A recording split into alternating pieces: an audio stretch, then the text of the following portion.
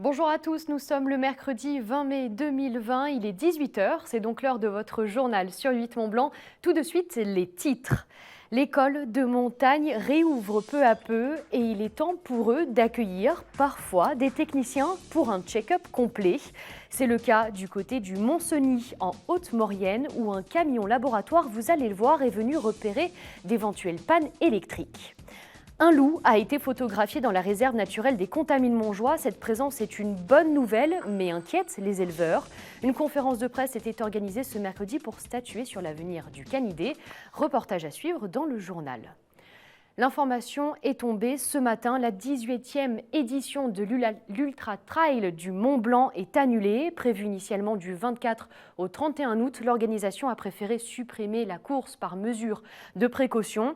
Nous avons joint un peu plus tôt dans la journée la présidente de l'UTMB. On l'écoute. C'est une décision lourde de conséquences qu'il a fallu prendre d'annuler l'UTMB. Oui, lourde de conséquences, longue à prendre parce qu'on n'a pas voulu la prendre sans avoir exploré toutes les possibilités qu'on avait. Et face à ce qu'il se passait, au constat apporté, au fait que l'UTMB maintenant pour toute sa communauté, que ce soit les coureurs bien sûr, mais les bénévoles, les habitants locaux, mais aussi les partenaires, les prestataires, toutes les personnes qui travaillent avec nous et l'équipe, bien sûr, eh bien, quand on a constaté que ce qu'on était en possibilité de proposer n'avait aucun sens par rapport à ce qu'est le trail running, n'avait aucun sens par rapport aux rêves et à tout ce que les gens attendent quand ils viennent ici, eh bien, on a préféré annuler l'UTMB 2020 pour ne pas décevoir. Que va-t-il se passer pour les coureurs qui sont déjà inscrits? Eh bien, les coureurs qui sont déjà inscrits, on va les rembourser à hauteur de ce qui n'a pas été dépensé, parce que vous imaginez bien qu'avec une équipe qui s'occupe de tout cela et qui s'occupe non seulement des inscriptions, du tirage au sort, d'être en contact avec eux, et puis aussi de chercher tous les scénarios, eh bien, du coup, ça fait un remboursement de 55%.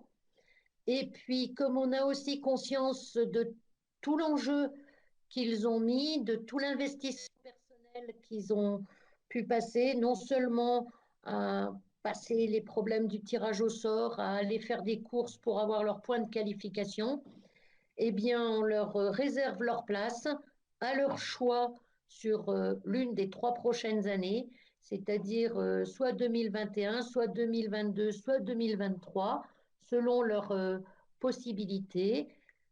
En fait, cette annulation, elle va laisser un vide pour tout le monde et aussi pour tous les coureurs qui aujourd'hui n'ont pas cet objectif sur lequel ils se sont mobilisés, aussi pour l'équipe qui n'a pas cet objectif sur lequel il s'est mobilisé, et toutes les professions de la montagne et du tourisme qui attendaient l'UTMB comme une opportunité de peut-être rattraper un petit peu la difficulté qu'ils ont vécue depuis finalement le début de l'année.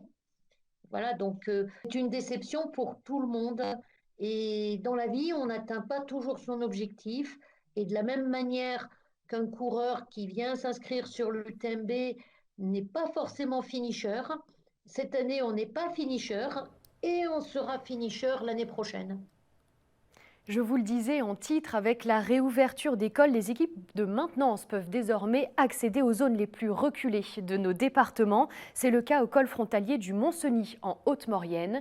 À 2000 mètres d'altitude, les salariés d'Enedis travaillent depuis ce matin pour tenter de localiser une panne d'électricité, et ce, grâce à du matériel de pointe, un camion laboratoire. Reportage d'Emmanuel Jaude. À la frontière entre France et Italie, le lac artificiel du Mont-Cenis et son barrage qui alimente en électricité les deux pays. Un ouvrage sensible, en altitude et sur lequel une avarie a été décelée en décembre dernier. Mais pour identifier la cause du problème, il a fallu s'armer de patience afin d'inspecter entièrement le réseau de transport d'énergie en hauteur comme en sous-sol. La visite aérienne en hélicoptère s'est faite en hiver. Il n'y a pas de souci, c'est un hélicoptère, on n'a pas rentré tout seul. Donc après, pour intervenir sur le réseau souterrain, il nous faut un moyen de détection du camion laboratoire. ou de la valise portative. Et ici, à 2000 mètres d'altitude, vu les quantités de neige, on a préféré attendre le printemps, dès l'ouverture du col, malgré le confinement, pour essayer de rechercher ce défaut le plus rapidement possible afin de garantir cette seconde alimentation du barrage du Mont-Cenis. Car pour préserver ce cadre sans pareil, mieux vaut savoir où creuser. C'est le rôle du camion laboratoire. Au nombre de 2 pour la Savoie, la Haute-Savoie et l'Isère, il s'agit là d'un atout de taille pour tester et vérifier chaque partie du câble, pourtant enterré à plusieurs mètres de profondeur. Donc je vais envoyer la tension sur toute cette partie. Et après, je vais arriver à voir avec ce camion s'il y a un défaut, où se situe précisément le défaut, au mètre près. Ça, c'est la première phase. C'est après, une fois qu'on a vu s'il y avait un défaut ou pas, ce câble, on va le monter en tension. On va monter jusqu'à 32 000 volts, chaque phase. En quelques minutes à peine, le laboratoire ambulant est donc en mesure de déceler la moindre déperdition d'énergie. Mais aujourd'hui, il semblerait que le réseau français ne soit pas en cause. Là, les 3 phases, elles sont bonnes. Donc le câble, il peut être considéré comme bon. Ça veut dire que le défaut, il n'y a pas de défaut sur ce tronçon. Et dans ce cas-là, le défaut pourrait peut-être venir côté Italie. Donc ça, il faudrait qu'après, le distributeur italien, je ne sais pas, c'est Enel, c'est ça, Enel, il faudrait qu'ils voient de leur côté avec un camion laboratoire pareil pour vérifier leur réseau. Dès que l'endroit précis de la panne sera localisé, une vérification par ultrason viendra confirmer le secteur exact où intervenir. Au nombre de 45 pour toute la France, ces camions laboratoires ont toutefois un coût, 300 000 €. Le prix de la rapidité et de l'efficacité d'intervention pour les équipes d'Enedis. Le col Galabier au-dessus de Valloire change de visage. Plusieurs engins de chantier sont à pied d'œuvre pour déneiger une partie du col. Le but, le rendre le plus accessible. Stéphane Hutto, responsable de la maison technique de la Maurienne au conseil départemental de la Savoie, nous explique les enjeux de ces travaux. Interview réalisée par Valloire Tourisme. On a démarré un petit peu plus tard que les années passées pour cette pandémie qui nous est arrivée un peu rapidement. Sur le déneigement du Galibier, on a entre 4 et 6 personnes qui sont tous les jours présents avec des horaires adaptés pour pouvoir travailler plus tôt le matin parce que les conditions pour pouvoir travailler et le risque justement d'avalanche est plutôt faible le matin. Donc ils démarrent plutôt à 5h30 ou 6h du matin pour finir en milieu de journée. La particularité, on va dire, du col du Galibier, c'est que sur sa partie sommitale, il y a 2 itinéraires, ce qui est quand même très intéressant, parce qu'on a le fameux tunnel qui permet d'éviter le dernier kilomètre de montée et de passer par le col historique, qui nous permet de faire circuler notamment les poids lourds sur la partie là, et qui nous permet d'ouvrir un peu plus tôt, parce qu'on n'a pas besoin d'avoir déneigé la partie haute pour ouvrir le col et la liaison avec les Hautes-Alpes. Et ça permet aussi de séparer un peu les flux l'été, c'est-à-dire qu'on a moins de trafic sur la partie col, enfin moins de trafic de transit notamment, elle est un peu plus réservée pour nos cyclistes et nos motards, et puis le trafic qui est vraiment de transit veut passer d'une vallée à l'autre pour se déplacer, prend plutôt le tunnel, quoi. Et c'est aussi tout un chantier d'imaginer la prochaine saison estivale de montagne. Cette année, les sommets comptent bien rivaliser avec les plages. Pour le moment et jusqu'au 2 juin, il faut se limiter toujours à un périmètre de 100 km autour de son domicile. Et pour aller au-delà, il faut une autorisation pour justifier d'une raison impérieuse. Alors, dans l'attente d'une nouvelle phase de déconfinement, les acteurs du tourisme se préparent pour la saison d'été. Savoie Mont-Blanc Tourisme reste optimiste. Je vous propose d'écouter l'un de ses coprésidents au micro de Victoria Lopez. Les incertitudes, elles sont effectivement présentes dans la mesure où pour déclencher l'attractivité touristique, il nous faut les consignes de l'État et du gouvernement sur les possibilités d'accueillir notre clientèle. Donc le message, il faut déjà qu'il soit très clair au départ de la part du gouvernement, et les socioprofessionnels attendent avant tout ce message-là. Ensuite, ils seront en capacité évidemment à s'adapter parce que les gens de la montagne s'adaptent à toutes les situations. Celle-ci, elle est complètement nouvelle. Ils aiment bien les challenges, mais en tout cas, ils s'adapteront pour accueillir leur clientèle dans des espaces qui sont grandioses et exceptionnels, où je dirais la distanciation est tout à fait naturelle ici. Mais particulièrement, je pense que la montagne cette année sera vraiment très attractive. Elle l'a démontré par le passé parce qu'elle était aussi en sous-fréquentée. parce qu'on peut-être on communiquait mal, est venue cette histoire de virus qui nous fait comprendre que passer des vacances ou vivre naturellement dans des grands espaces, c'est peut-être être privilégié aujourd'hui. Alors on a déjà une clientèle qui réserve, elle est prudente pour le moment dans son nombre. On a d'autres qui attendent le dernier moment parce que la montagne l'été se réserve aussi souvent au dernier moment. Mais on sent quand même que l'attractivité redémarre, la curiosité redémarre aussi. On demande aux socioprofessionnels des garanties. Mais de manière générale, à la fois les zones touristiques accueillantes et les clients sont en attente de messages et de consignes du gouvernement et de l'État précises et claires.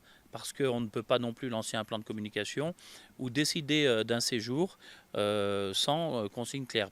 Et comme le curseur a tendance à bouger régulièrement, eh bien, c'est à ce moment-là qu'il faudra un peu de stabilité pour que le tourisme reprenne ses marques. On est en capacité à respecter les consignes sanitaires. Maintenant, il nous faut nous donner un peu de vent dans les voiles. Pour la montagne, ce qui est assez paradoxal, mais autour d'un lac, ça le fait bien aussi, pour qu'on puisse ensemble faire redémarrer cette économie touristique qui n'est pas négligeable en France. Quand on parle du loup, on y voit la queue et c'est ce qu'il s'est passé dans la réserve naturelle des Contamines Montjoie. Fin avril, un piège photo a capturé le temps d'un court instant un loup sur le territoire de la réserve. Déjà présent dans les Aravis, le massif des Bornes et dans le Chablais, cette photo est une bonne nouvelle bien qu'elle inquiète les éleveurs. Reportage de Sébastien Germain. L'image date de la fin du mois d'avril.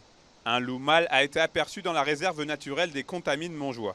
Si la présence d'un loup sur un territoire de ce type n'est pas forcément quelque chose de surprenant, il est encore beaucoup trop tôt pour affirmer que les loups sont durablement installés au pied du Mont Blanc. La période estivale nous dira, par le biais aussi d'autres observations, qu'est-ce qu'il en est du nombre d'individus et de qu'est-ce qu'on peut en dire. Cette observation confirme la présence d'un grand prédateur, mais qui s'inscrit plus globalement dans une dynamique d'expansion de ses effectifs dans les Alpes du Nord. Et la réserve naturelle des Contamines est un petit maillon, je dirais, dans cette expansion-là.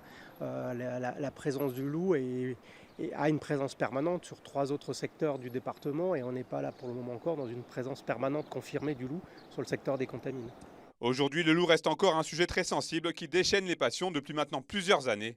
Mais paradoxalement, sa présence avérée sur le territoire de la réserve naturelle des Contamines Montjoie peut s'apparenter à une bonne nouvelle. Ça crée une crainte légitime des éleveurs et on doit être là pour les accompagner, pour les soutenir, pour leur donner les moyens de se protéger. On a réinstallé deux troupeaux, un troupeau d'intérêt collectif sur le secteur d'Armancet et un autre troupeau sur le secteur de Jovet avec plus de 400 têtes de bétail.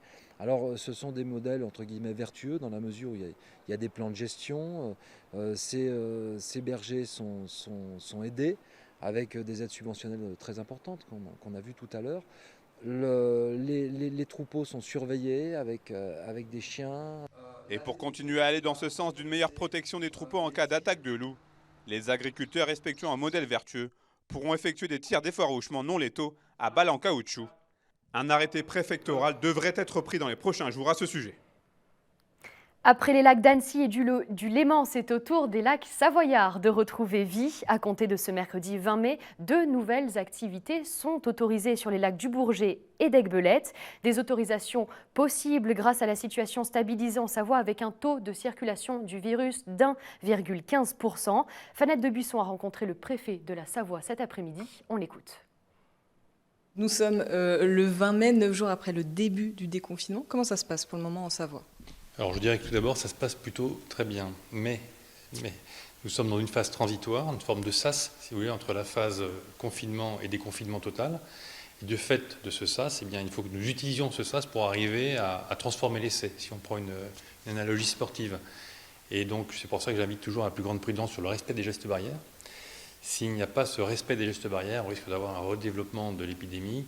Et à ce moment-là, la situation favorable que nous connaissons pourrait très bien être inversée. Donc en gros, dans le département, nous avons une grosse centaine de cas contacts depuis le 11 mai et une cinquantaine de cas positifs. L'ordre de grandeur, ça évolue tout le temps, parce que les tests arrivent avec des résultats qui changent, etc. Donc le résultat, c'est ça, c'est que toutes les personnes pour l'instant ont souhaité rester chez elles, mais sinon 200 places sont disponibles dans le département pour accueillir les gens qui le souhaitent. Voilà, donc ça c'est un point que nous avons mis en place. Le process fonctionne bien pour la minute, avec des plateformes qui ont été mises en place pour appeler les gens. Les choses se passent, de ce qu'on me rapporte en tout cas, de manière très correcte. Si on regarde bien les choses, on est en dessous de ce qu'on craignait en termes de volumétrie de cas contacts. On a cette préoccupation spécifique, évidemment, du cluster de Saint-Martin et Belleville, mais qui a donné lieu à toute la procédure qui permet donc d'avoir un état des lieux qui est évolutif, mais qui est maîtrisé.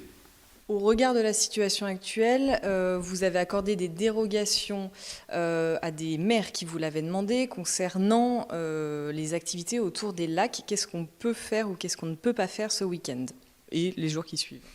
C'est assez compliqué.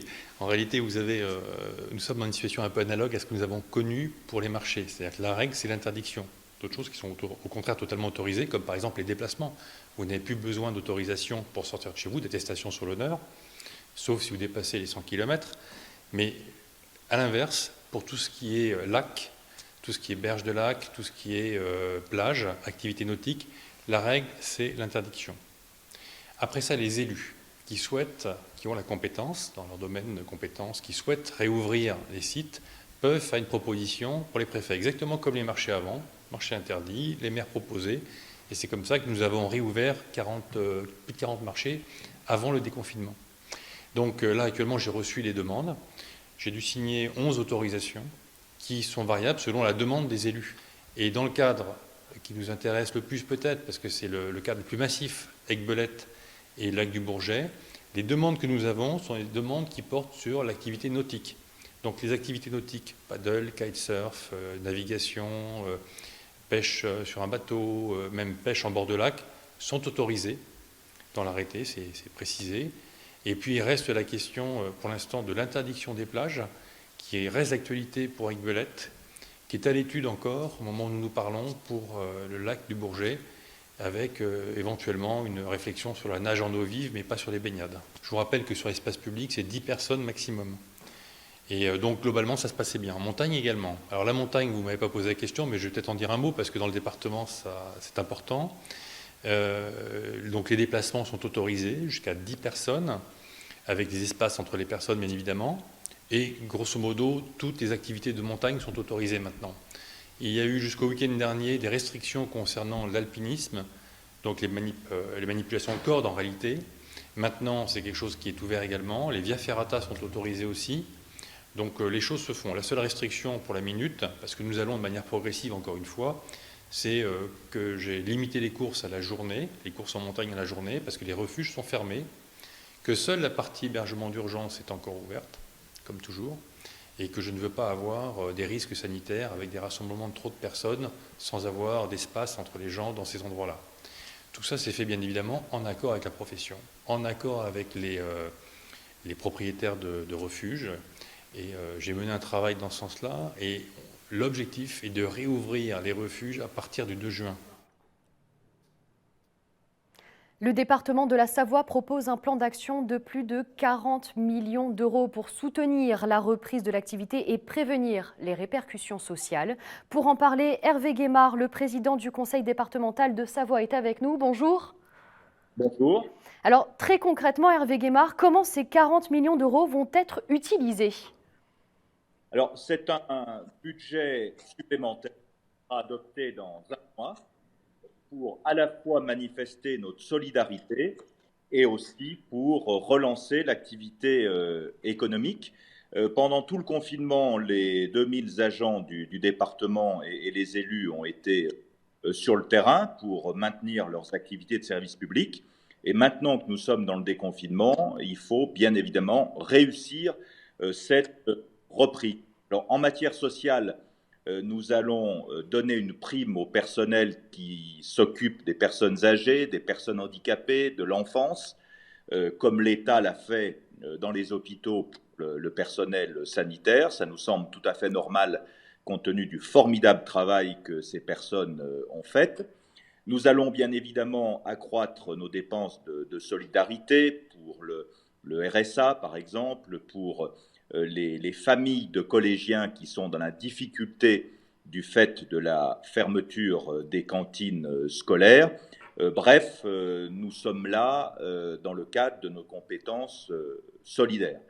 Par ailleurs, nous sommes là aussi pour les communes, pour les aider. Donc nous allons créer un fonds spécial Covid pour les communes savoyardes qui ont eu à faire face à des dépenses imprévues. Je pense notamment aux masques, aux aménagements dans les écoles primaires et maternelles pour la réouverture des classes. Donc nous créons cette ligne spécifique Covid pour les communes.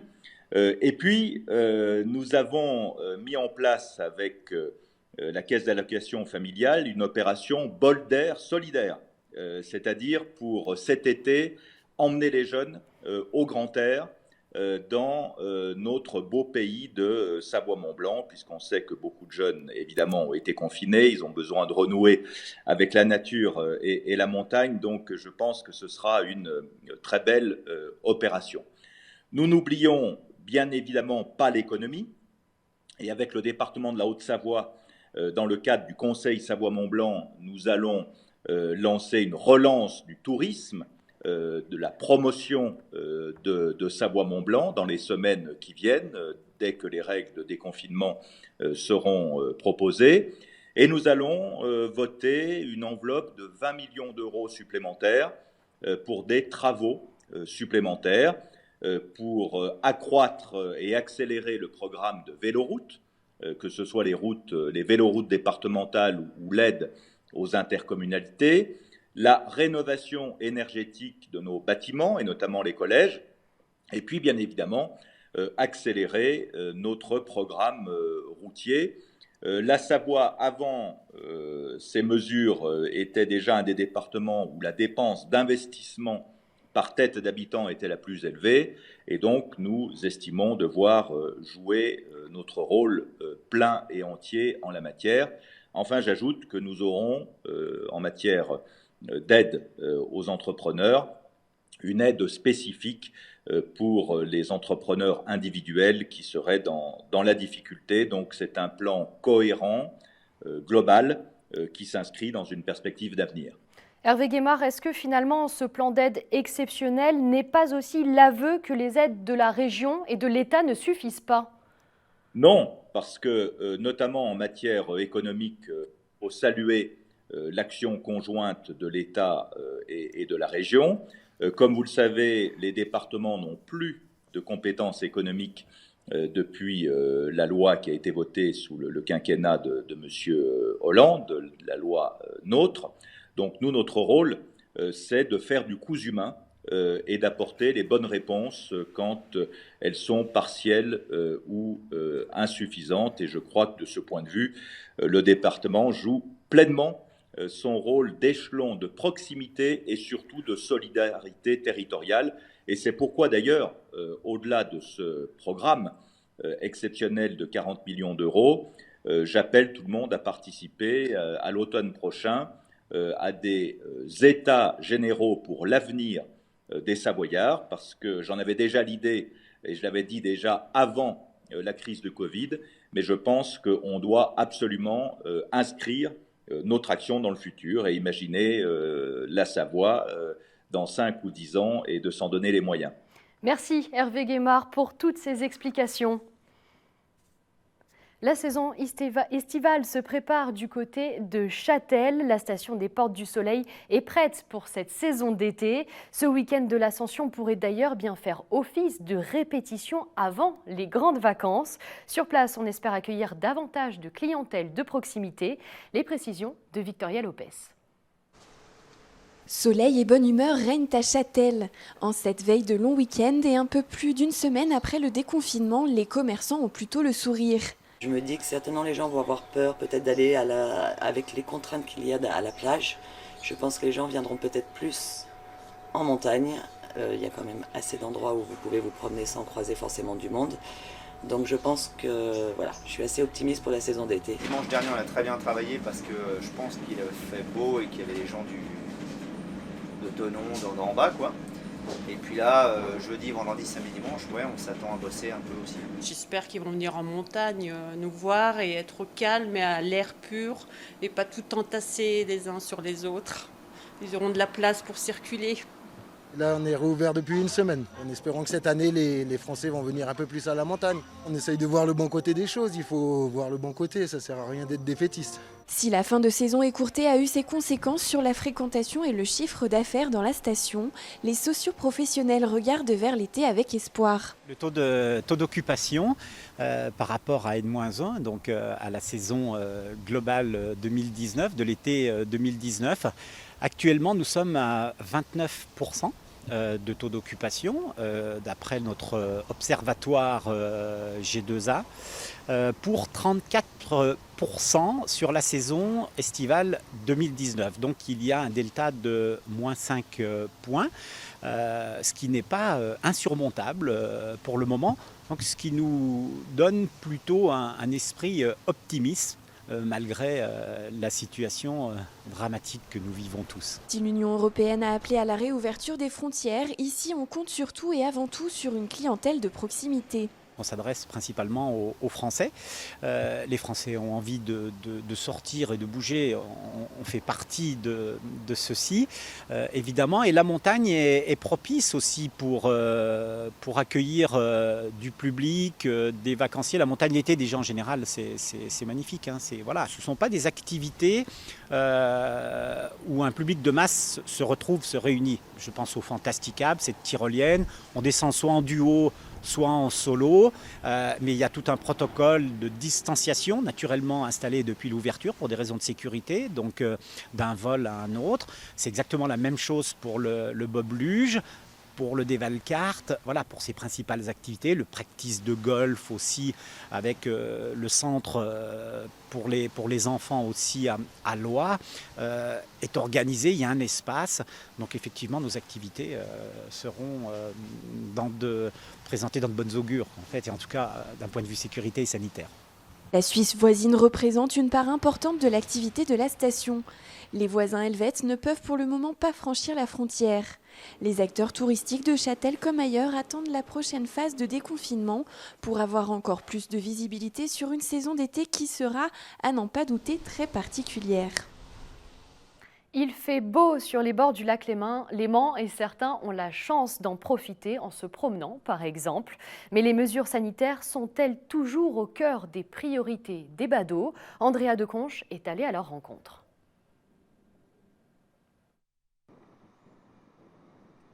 J'ai discuté avec le capitaine du port, on est resté à 1,50 m à échanger, donc on doit être vigilant, c'est garder cette vigilance, je crois. Vous vous êtes relâché vis-à-vis des mesures sanitaires ou pas du tout? Personnellement, non. Mais il y en a beaucoup trop qui se relâchent. Vous marchez sur le quai l'après-midi, il y en a un paquet de gamins et tout, pas de masque. Moi, je vais faire mes courses à Carrefour Margencel, là-bas. Tout le monde rentre sur 10, il y en a 8 qui n'ont pas de masque. Ils vous passent à côté, ils s'occupent pas de vous, ils prennent devant, ils s'occupent pas. Il n'y a pas de masque. Ça devrait être obligatoire. Nous sommes ouverts depuis le 11 mai, date du déconfinement, et depuis, nous sommes ouverts tous les jours. Et il y a pas mal de monde qui passe tous les jours, plus le week-end. Les gens sont assez attentifs au respect des distances de sécurité. Nous, pour protéger nos salariés et nos produits et nos clients, nous avons mis en place des mesures. Nous avons fait une procédure de nettoyage et de désinfection. Nous avons modifié l'espace de notre point de vente pour qu'on puisse respecter les mesures barrières. Et voilà, tout se passe bien. Que ce soit en bord de lac ou en montagne, la prudence reste bien évidemment de mise. Dans un communiqué, le préfet de la Haute-Savoie rappelle qu'un équipement adapté est nécessaire aux différentes conditions d'enneigement. Chacun doit également adapter son itinéraire selon sa condition physique et rester très vigilant face au risque d'avalanche. Prudence aussi sur la route pour ce beau week-end de l'Ascension. Le trafic routier sera certainement dense. En France, lors du confinement, le trafic routier a chuté de 80%, mais la mortalité sur la route, elle, n'a baissé que de 50%. Place à la culture maintenant dans ce journal avec une bonne nouvelle, la réouverture dès ce jeudi 21 mai du musée d'ethnographie de Genève et de sa bibliothèque le 22 mai. Boris Wastio, le directeur du musée, est en ligne avec nous. Bonjour. Bonjour. Comment allez-vous assurer la bonne tenue des règles sanitaires dans le musée et la bibliothèque ? Même à fois, on applique les mêmes règles qu'un peu partout dans les lieux publics. D'abord, les règles de distanciation avec 2 mètres entre chaque personne. S'il y a des fils, on espère qu'il y aura des fils, mais on n'est pas encore certain, mais aussi à l'intérieur du musée. Et puis surtout, une jauge qui est limitée à 300 personnes pour tout le musée, tout le bâtiment, y compris le café et la bibliothèque. Alors évidemment, des mesures de désinfection et de nettoyage beaucoup plus régulières que d'habitude. Donc on désinfecte les poignées de porte, les rampes, etc. On a dû aussi malheureusement désactiver un certain nombre de dispositifs comme les écrans interactifs ou les casques, et on distribue malheureusement pas non plus les audioguides. Il est quand même nécessaire pour vous que l'activité reprenne ? Excusez-moi, je vous entends pas bien. Il est nécessaire pour vous que l'activité reprenne ?